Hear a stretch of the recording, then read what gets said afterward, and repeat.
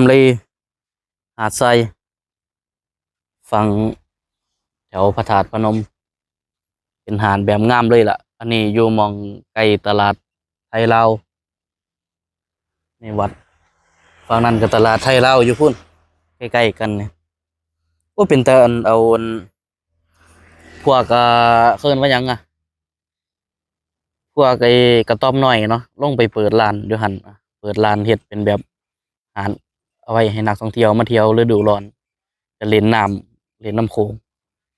เขาท่าได้ผมว่าเนาะว้ายแม่นแหละหาดบักอย่างงามเลยแหละเรียบบักอย่างดีเลยแหละเนี่ยทรายขึ้นบักสูงเนาะเป็นสโลปลงอย่างดีเรียบปึ๊ดเลยเว้ยเหมาะอีหลีว่ะไว้ถ้าฮู้จักแบบเฮ็ดเปลี่ยนแปลงประยุกต์ใช้ให้มันแบบเข้ากับฤดูร้อนนี่เนาะได้การเลยบ่ว่าแต่อันนี้แล้วเนาะยาวไปฮอดสงกรานต์นะเอาร้านค้าไปตั้งอยู่หั่นให้คนมาท่องเที่ยวเขานี่เราก็จำกัดเขตให้เขาเล่นเนาะเออก็ได้การอยู่เห็นว่าก็ได้ผู้ใดอยากมาเที่ยวนี่อันนี้เป็นหม้องขึ้นเรือปกติมันขึ้นอยู่นี่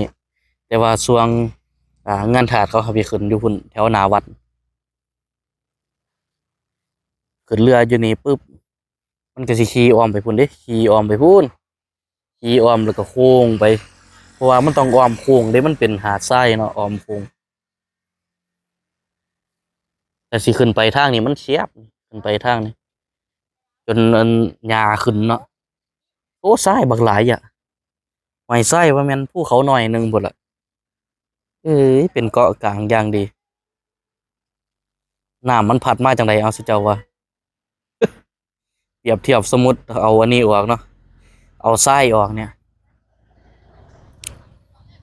แล้วมันจะเป็นน้ำแบบโอ้โหอันนี้มันมีเกาะกลางแล้วเดี๋ยวนี้เกาะทรายหวยความสูงของมันตัวเกาะตัวกลางพุ่นนี่เกาะตัวนี้ผมว่ามันสิซ้ำมันซ้ำขอบฟังของฝั่งไทยเลยเดะเดี๋ยวนี้เนาะเออ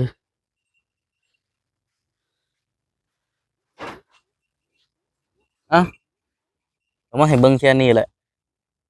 ผมว่าถ้าเฮ็ดเป็นแหล่งท่องเที่ยวต่อเนี่ยณฤดูร้อนเนี่ยดีเลยเนี่ยงามพร้อมทรายหม้องนี้นะเช่นพวกหญ้าแทบจะบ่มีนะฝั่งนั้นแฮ่งจะบ่มีหญ้านี่ฝั่งนี้ขาวปิดเลยทราย